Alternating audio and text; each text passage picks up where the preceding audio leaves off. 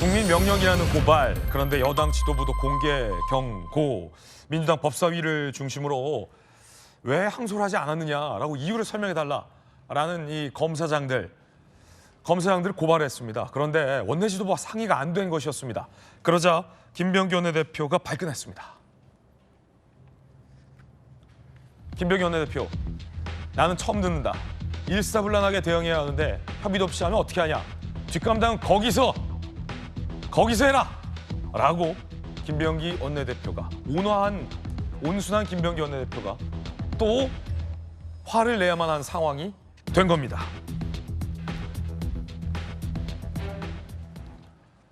재차 민주당 원내 지도부는 이렇게 얘기합니다.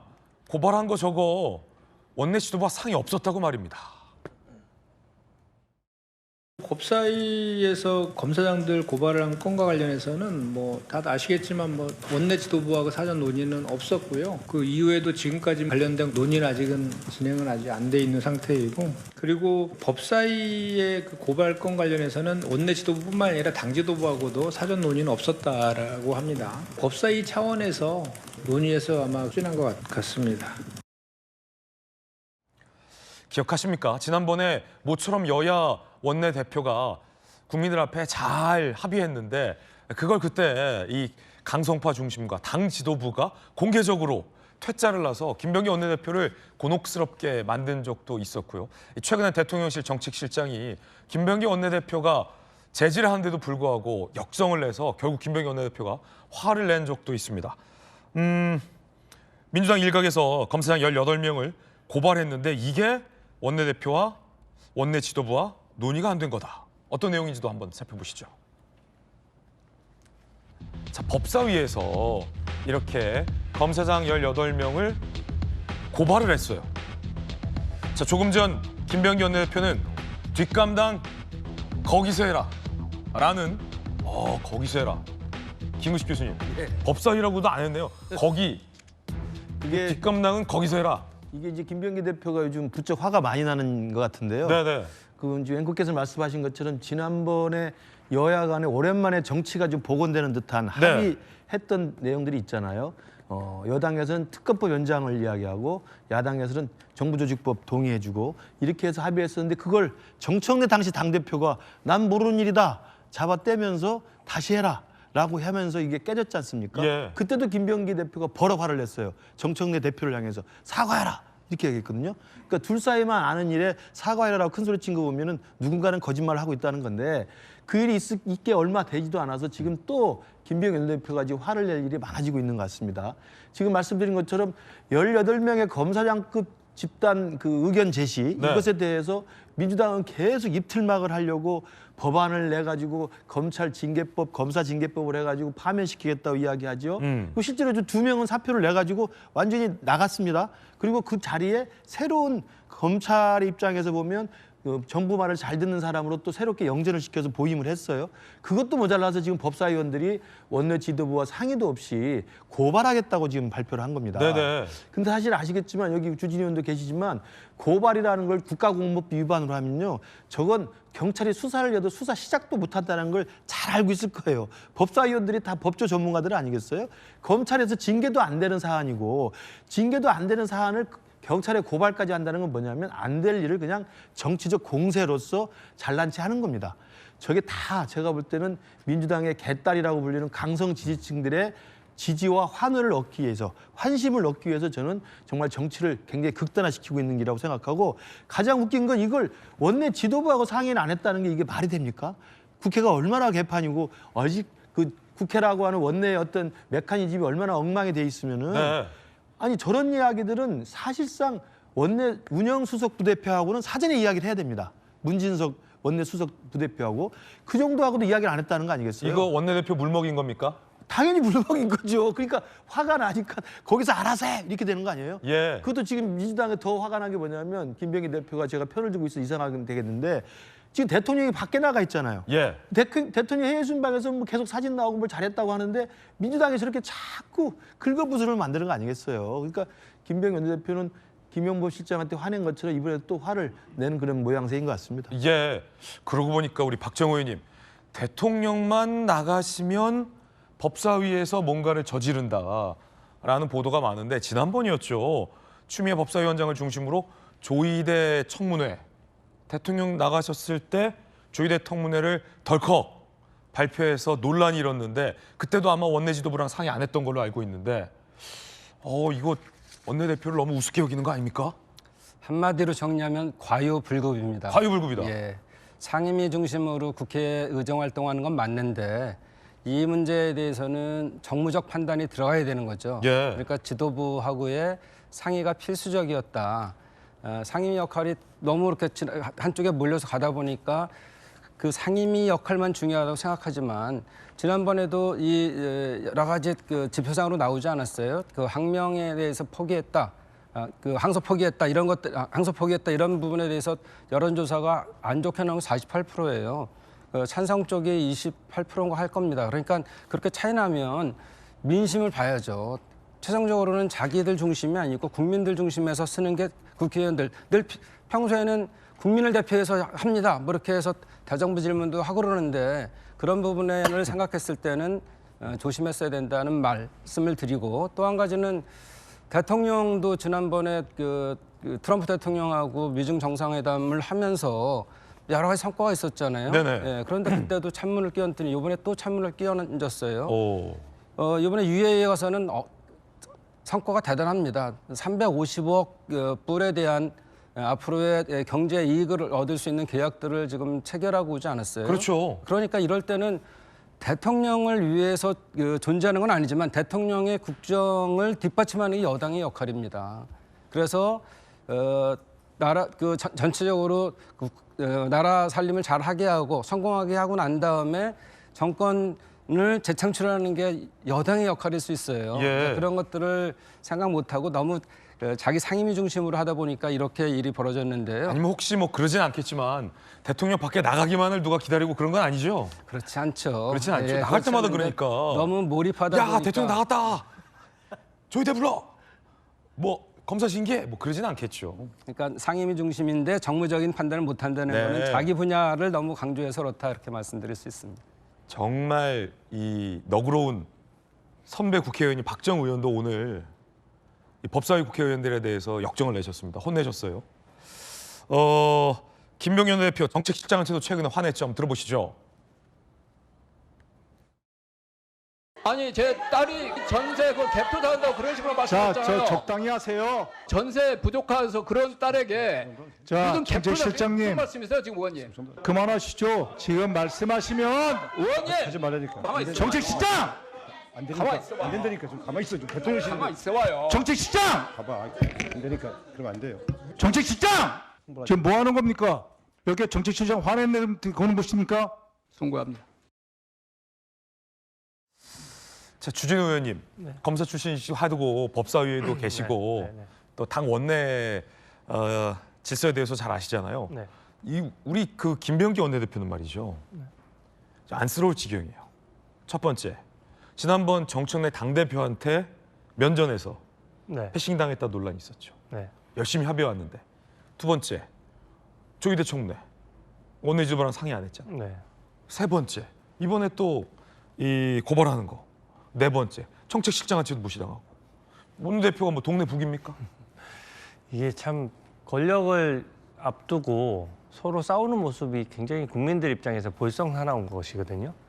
지금 한두 차례가 아니에요. 근데 지금 원인은 딱 하나입니다. 지금 정청래 대표 체제가 들어서면서 이제 국민을 위해서 전체적인 봉사를 국회의원이 해야 되는데 실질적으로는 이제 민주당 강성 지지자, 개딸들에게 잘 보이면 당대표도 될 수 있고 또 실제 이번에 제도도 바꿨어요. 그래서 당원들 뭐 당원 주권주의라고 해서 쉽게 얘기하면 그 개딸들 투표를 통해서 지방선거에 출마할 사람들을 뽑겠다는 겁니다. 그러니까 사실은 경쟁이 너무 과열차게 붙었어요. 그러니까 저 민주당 의원들이 검사장 18명을 고발하는 것도 여당이 임명한 검사장을 고발한다? 저 이런 광경을 처음 보거든요. 그러네요. 네, 그것도 한두 명이 아니고 이번 이재명 정부에서 다 임명한 검사장들이잖아요. 예. 근데 임명한 검사장들을 고발한다는 것 자체도 굉장히 무리한 장면이고 저는 솔직히 고발장 한번 보고 싶어요. 도대체 뭘로 고발했느냐. 그 고발장 그 내용에 보면은 본인들은 자꾸 항명했다라고 얘기하는데 뭔가 법무부 장관이 명령을 했어야 항명이라는 게 성립하는 것이거든요. 근데 명령한 것은 항소 포기에 대해서 명령한 사람은 안 나타나고 명령 안 했다라고 우기면서 거기에 반대한 사람한테는 항명했다라고 하니 아, 항명, 명자가 그 명령의 명이군요. 네. 명령에 항명했다. 어. 이 논리가 어떻게 성립할 수 있는지 모르겠고 결국 그 검사장들이 한 것이라고는 굉장히 온건한 방법이에요. 사실은 검사들이 국민을 위해서 좀 더 강한 방법으로 이 부분에 대해서 문제 제기를 하고 실질적으로 항소 제기까지 해버렸어야 되는데 네네. 결국 한다는 게 내부 게시판에 글을 올린 정도거든요. 근데 내부 게시판에 글을 올리라고 게시판을 만들어둔 것이지 글 올린 사람 처벌하라고 만들어둔 것이면 그 게시판을 왜 만들었습니까? 근데 게시판에 글 올린 것만으로도 지금 고발한다니까 문제가 되는 것이고 그 과정에서 왜 합의 안 하겠습니까? 이게 지금 개딸들이 봤을 때는 시원하게 생각한다고 판단하는 것이거든요. 그러니까 서로 그 공을 가져가기 위해서 대표 모르게 원내대표랑 상의하지 않고 하는 장면이고요. 저 운영위 장면도 사실은 집권 여당의 원내대표, 네. 또 대통령실의 정책실장, 또 대통령실의 정무수석이 서로 막 다투는 장면이 연출이 된 겁니다. 옆에서 그 우상호 수석이 얼마나 말렸습니까? 네, 5차례나 막 손을 뿌리쳐가면서 애들 싸움하듯이 이게 가당키나 합니까? 애들 싸움하는 모습을 국민들 입장에서는 사실은 굉장히 보기 힘든 거고요. 이 정도 애들이 싸우면은 국민이 회초리를 저는 들어야 된다라고 생각합니다. 이거는 이런 식으로 국회를 운영해서는 안 되고 결국 저 질문의 본질은 뭐였냐면 김영범 정책실장이 지금 사실상 너무 정책을 수요 억제책을 너무 과도하게 하다 보니까 실질적으로 청년들의 주거 사다리를 다 끊어버렸다는 것이거든요. 김영범 정책실장 같은 분의 자녀분들은 문제가 없죠. 필요하면 증여받으면 되고 모자란 돈은 부모가 보태주면 되지 않습니까? 근데 정말 평범한 가정에 서민 가정에 있어서 모든 주거 사다리를 끊어 놓으면 우리 청년들은 그럼 임대주택 살라는 말입니까? 그러니까 그래서 내로남불을 지적한 것인데 거기에 대해서 사과를 하거나 진솔하게 정책 설명을 하기는커녕 버럭 화를 내고 거기에 또 맞대응해서 원내대표까지 막 고함을 지르니까 이건 국민들이 보셨을 때 이건 아니다 이렇게 생각하셨을 것 같습니다. 여당 의원이니까 좀 예. 원내대표를 좀 옹호해 주려고요. 박정 의원님. 같이 삼선 의원이고 친구이기 때문에. 네. 근데 지금 김병기 원내대표가 화낸 거는 잘한 거죠. 잘한 거다. 예, 그리고 평소에 위험이라는 것이 한쪽에 치우쳐서 편을 들면 위험이 않습니다. 이번에는 김영범 정책실장이 화낸 거에 대해서 내용은 차치하고 내용은 뭐 모를 수 있어요. 상대방이 너무 가정에 대한 것들을 건드리면 저도 화가 납니다. 그렇지 않은데 건드렸을 경우에 잘못했을 때 수긍하는 거지만 그런데 지금 저 김영범 실장이 화를 확 내니까 그걸 제재한 거예요. 그건 잘한 거죠. 또 그리고 김병기 원내대표가 온화한 스타일이거든요. 네. 그래서 이쪽에서도 화를 안 내고 저쪽에서 화를 안 내는데 결국은 저게 리더십이 나중에 빌드업돼서 큰 역할을 발휘할 거라고 보고 있어요. 예. 자, 강경파들의 자기 정치라는 지적이 공통적으로 나오는 장면들에 대한 이야기도 전해드리고 있습니다. 전현희 의원도 빠질 수 없죠. 들어보시죠. 1심 판결 도중에 재판부 교체가 법률에 의해서 하는 것이 위헌 여부 때문에 어렵다면 2심 법원부터 전담재판부 도입을 검토하는 것이 어떠냐 이런 의견이 법사위 중심으로 개진되고 있고요. 대통령께서 해외 출국인 점, 정상회견을 펼치고 있는 점 이런 부분도 당내에서는 고려를 하고 있는 걸로 알고 있습니다. 그렇지만 개인적으로는 이것은 국민들께서도 바라고 있고 위헌 소지를 없애는 방향으로 추진을 한다면 충분히 현실화할 수 있다. 당 지도부와 대통령실에서도 사실상 만류시킨 내란점단 재판부에 대해서 강성파들은 왜 안 하느냐라고 계속 해야 한다라고 목소리를 내고 있는 겁니다. 이 내란점단 재판부에 대해서도 김병기 원내대표가 한마디 했습니다.